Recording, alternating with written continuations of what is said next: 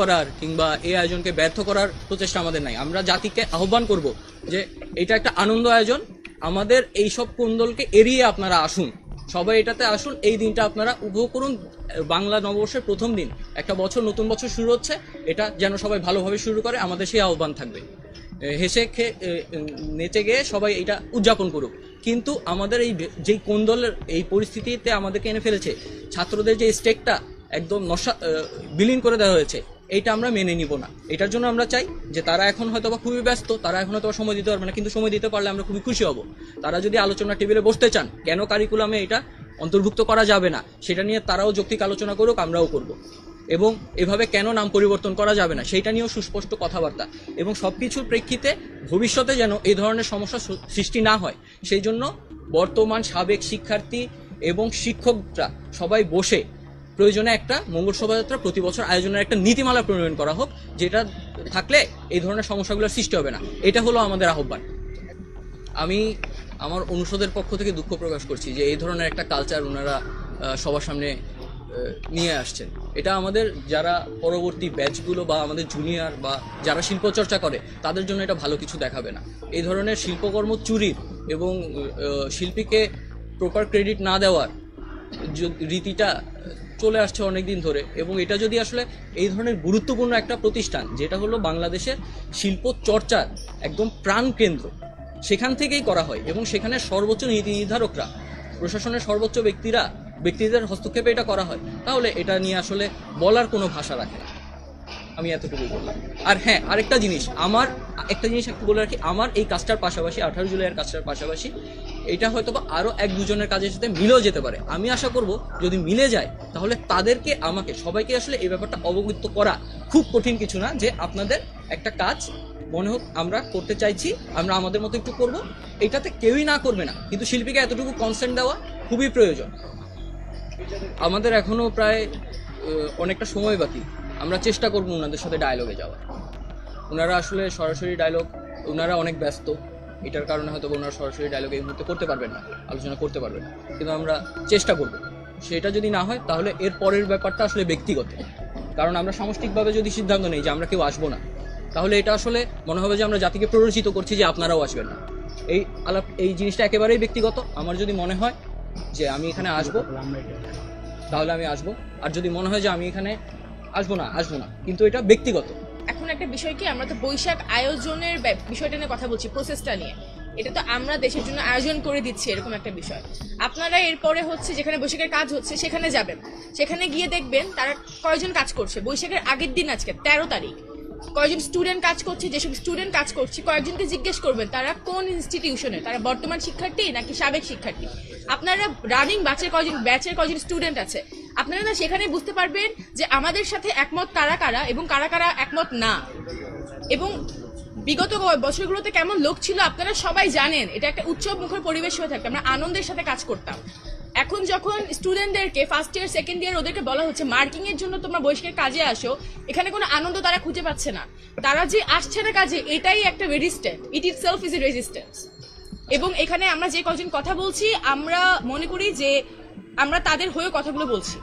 আমাদের প্রধান অভিযোগ শিক্ষার্থীদের এখানে যে স্টেকটা সেটা নষ্ট করা হচ্ছে। হ্যাঁ, এখানে বলা যায় যে ফ্যাসিস্ট আমলেও এটা ছিল না। ফ্যাসিস্ট আমলে আমরা আমাদের রেজিস্ট্যান্সের চেষ্টা করার জন্য আমরা অন্তত আয়োজক কমিটি হিসেবে নেগোসিয়েশনের টেবিলে বসার আমাদের একটা ক্ষমতা ছিল, যেটা এখন আসলে থাকছে না। ক্লাস হলে কি হবে, যে শিক্ষক এক ধরনের গাইডলাইন দিয়ে দিবে, আমরা ওভাবে কাজ করব, এতটুকুই।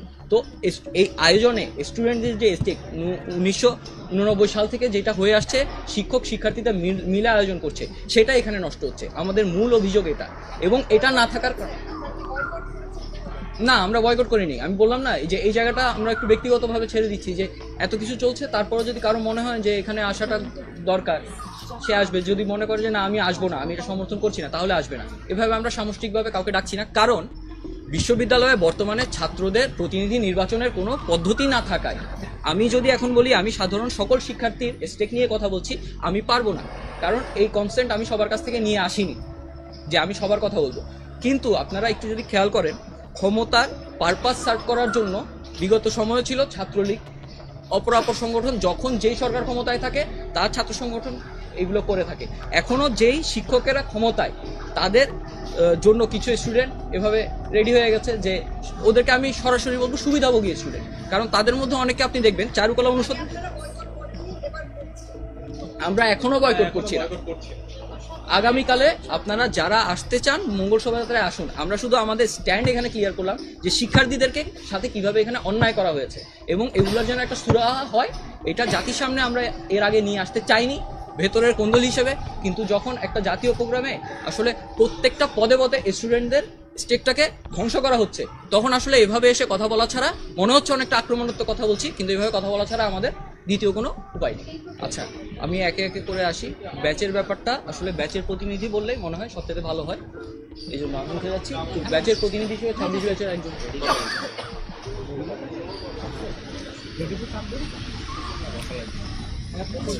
আমি 26তম ব্যাচের পক্ষ থেকে 17-18 session Abdullah Al Jadid, graphic design department. তো আমাদের পক্ষ থেকে, আমাদের ব্যাচের পক্ষ থেকে একটা বিবৃতি প্রথম গিয়েছিল, যেই বিবৃতিটাতে বলা হয় যে দুটো কারণে আমরা অসংহতি জানাই। আমরা বয়কট বা এরকম কোনো কথা বলিনি, আমরা অসংহতি জানাচ্ছি দুটো কারণে। প্রথম কথা হচ্ছে যে চারুকলায় এত বছর ধরে যেই ট্র্যাডিশনটা চলে আসতেছে যে একটা ব্যাচ, সবচেয়ে সিনিয়র ব্যাচ হচ্ছে গিয়ে চারুকলার যে মঙ্গল শোভাযাত্রা এবং বৈশাখ আয়োজনের কমিটি হিসেবে আত্মপ্রকাশ করে এবং তাদের সাথে সকল স্টুডেন্ট এবং শিক্ষকের সংহতিতে এই পুরো বৈশাখ এবং মঙ্গল শোভাযাত্রা আয়োজনটা হয়ে থাকে।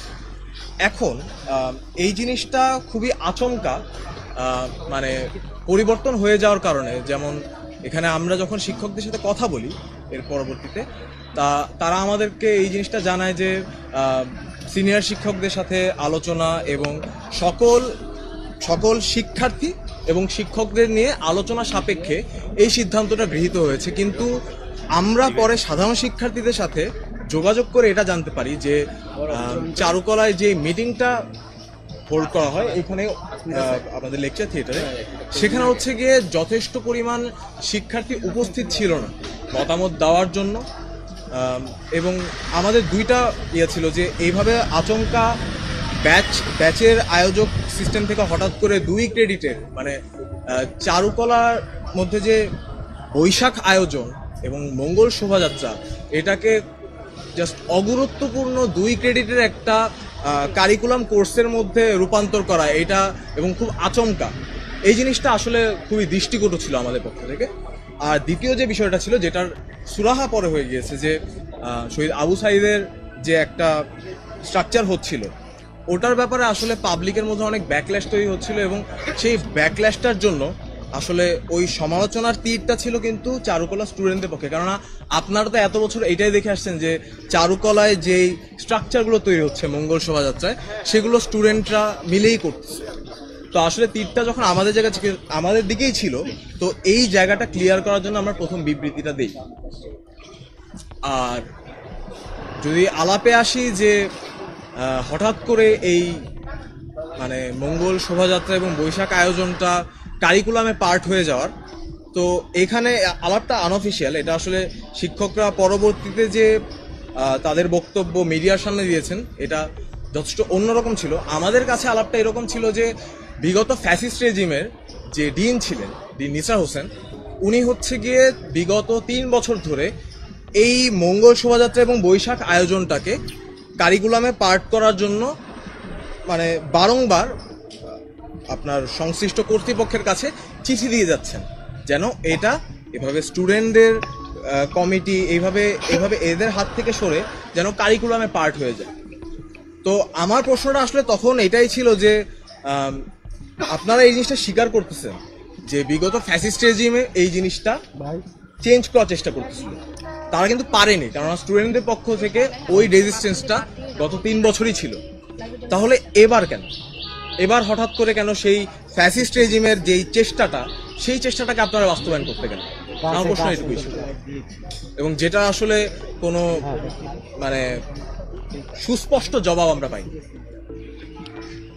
এখানে ভাইয়ের সাথে একটু অ্যাড করতে চাই যে বৈশাখের স্টেক স্টুডেন্টদের হাতে, এটার অর্থ হচ্ছে যে এই বৈশাখ আয়োজনের ক্ষেত্রে ম্যানেজমেন্ট অর্গানাইজ করা, তারপরে ডিসিশন মেকিং প্যানেলে স্টুডেন্টদের মতামতের গুরুত্ব থাকবে এবং আহ্বান করার জায়গাটা স্টুডেন্টদের ছিল। হ্যাঁ, এরকম থাকবে। এখন ফ্যাসিস্ট আমলে এরকমটা ছিল, কিন্তু তাও এখানে অপ্রেস ছিলাম আমরা ছাত্রলীগ দ্বারা, ফ্যাসিস্ট আমরা নীল দলের শিক্ষকদের দ্বারা। এখন এই সময়টা গণঅভ্যুত্থানের পরে এসে তো আমাদের শিক্ষার্থীদের এজেন্সি বুঝে নিয়ে আরো বেশি করে শিক্ষার্থীদের হয়ে যাওয়ার কথা ছিল, কিন্তু দেখা যাচ্ছে যে এখানে তারা ফ্যাসিস্ট আমলের একটা প্রস্তাবনা বাস্তবায়নের জন্য এভাবে করে আমার হাত থেকে পুরোটাই কেড়ে নেওয়ার একটা পায়তারা করছে। অবশ্যই, এবং এটা আমরা দেখতেই পাচ্ছি, আমরা আনঅফিশিয়ালি তাদের মুখেই শুনেছি রাষ্ট্রীয় হস্তক্ষেপ, গোয়েন্দা বিভাগের হস্তক্ষেপ, এগুলো কেন থাকবে আমাদের এই আয়োজন? এটা একটা স্বতন্ত্র এবং স্বতঃস্ফূর্ত আয়োজন। আমি যদি একটা মিনিট একটু বলে আমার মনে হয় আমরা শেষের দিকে চলে এসেছি। আমি যদি একটা মিনিট, মঙ্গল শোভাযাত্রা এবং বৈশাখের আয়োজন ব্যাপারটা কি, এটা হলো আমার এই ফ্যাকাল্টির শিক্ষার্থীদের এবং শিক্ষকদের মিলিত একটা প্রচেষ্টা, জাতির জন্য আমাদের একটা উপহার আয়োজন। কিন্তু এবং সেটা আমরা আমাদের মতো করে করব, এবং সেটাতে যারা একমত প্রকাশ করছেন, ভালো মনে করছেন, তারা আসবেন, এটা দাওয়াত। কিন্তু যদি এটা সরকারি হস্তক্ষেপে পুরোটা হয় তাহলে প্রোগ্রামটা আর আমার থাকে না। এটাই হলো আমাদের প্রধানতম সমস্যা, যে একটা যে স্বতন্ত্র আয়োজনের সেটা নষ্ট করা হচ্ছে। রাষ্ট্রীয় আগেও ছিল, যদি বলা হয় আগেও ছিল, এখনো থাকবে, তাহলে এটা আসলে পরিবর্তন কিছু হয় নাই। যদি কোনো পরিবর্তন না হয় তাহলে আসলে কি কারণ দেখিয়ে মঙ্গল শোভাযাত্রার নামটা পরিবর্তন করা হচ্ছে? অনেক ছাত্ররা মঙ্গল শোভাযাত্রার নাম পরিবর্তনের পক্ষে, আমিও পক্ষে, কোনো সমস্যা নাই, পরিবর্তন করেন, কিন্তু একটা ভ্যালিড কারণ দেখান, যেই কারণটা মেনে নেওয়া যায়। যদি বলা হয় এটা ফ্যাসিস্ট রেজিমকে সাপোর্ট করে গেছে, তাহলে আমি আগেই বললাম ফ্যাসিস্ট রেজিমকে কিভাবে সাপোর্ট করে গেছে। যদি অন্যান্য অবকাঠামো ফ্যাসিস্ট রেজিমকে, অন্যান্য প্রতিষ্ঠান ফ্যাসিস্ট রেজিমকে সাপোর্ট করে যায়, তাহলে তাদের নামও তো পরিবর্তন করার প্রশ্ন আসতে পারে। তাদের নাম পরিবর্তন করার প্রশ্ন আসছে না, শুধুমাত্র মঙ্গল শোভাযাত্রার বেলায় নাম পরিবর্তনের আসছে। যেখানে আমরা দেখছি যে একটা গোষ্ঠী অনেকদিন ধরে মঙ্গল ব্যাপারটাকে নিয়ে অনেক কিছু বলে, হ্যাঁ, তাদেরকে উইন করে দেওয়ার জন্য কিনা আমি জানি না। এগুলো এখন ভাবার সুযোগ সৃষ্টি হচ্ছে, কারণ তারা কোনো প্রপার ব্যাখ্যা দেয়নি। এই ব্যাখ্যাই আমরা চাইছি।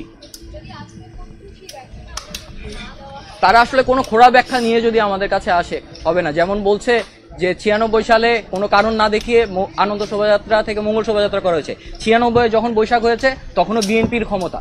যেই শিক্ষকরা আমাদের আসলে বিপক্ষে দাঁড়িয়েছেন এখন মনে হচ্ছে, তারাও চারুকলার অংশ, তাদেরকে আমরা ফেলে দিচ্ছি না, আমরাও চারুকলার অংশ, আমাদেরকে তারা ফেলে দিচ্ছে। আমি এই জায়গা থেকে তাদের সাথে আমরা বললাম যে এই যে আলোচনাটা চাই, ওই আলোচনার মাধ্যমে আসলে চারুকলা থেকে একটা সিদ্ধান্তে আসাটা এখনো সময় আছে বলে আমি মনে করি। যদি তারা সেটা আসতে পারে, তারা আমাদেরকে যৌক্তিক কারণ দেখায়, তাহলে আনন্দ শোভাযাত্রা মেনে নিতে আমাদের সমস্যা নাই। যদি তারা তা না করে, সেই ক্ষেত্রে আমরা কি করব, এটাই এই মুহূর্তে প্রশ্ন। যদি তারা তা না করে, তাহলে আমরা অবশ্যই মঙ্গল শোভাযাত্রা বয়কটের ডাক দিচ্ছি না। মঙ্গল শোভাযাত্রার মতো হবে আমাদের এই কালচারাল জিনিসটাকে আমরা বলবো ফাইট, এটা আমরা জারি রাখবো। এটা ভবিষ্যতে আগামী বছরও যদি তারা, মানে এই বছর হয়ে গেল মানে যে শেষ তা কিন্তু না, এটা থেকে যাচ্ছে। কোনো কারণ না দেখিয়ে এই বছর পরিবর্তন করেও যদি তারা টিকে যায়, আগামী বছর তাদের অন্তত এই কারণটা দেখাতে হবে, না হলে আমরা আগের নামে ফিরে যাব। এবং শিক্ষার্থীরাই আয়োজন করবে। Thank you.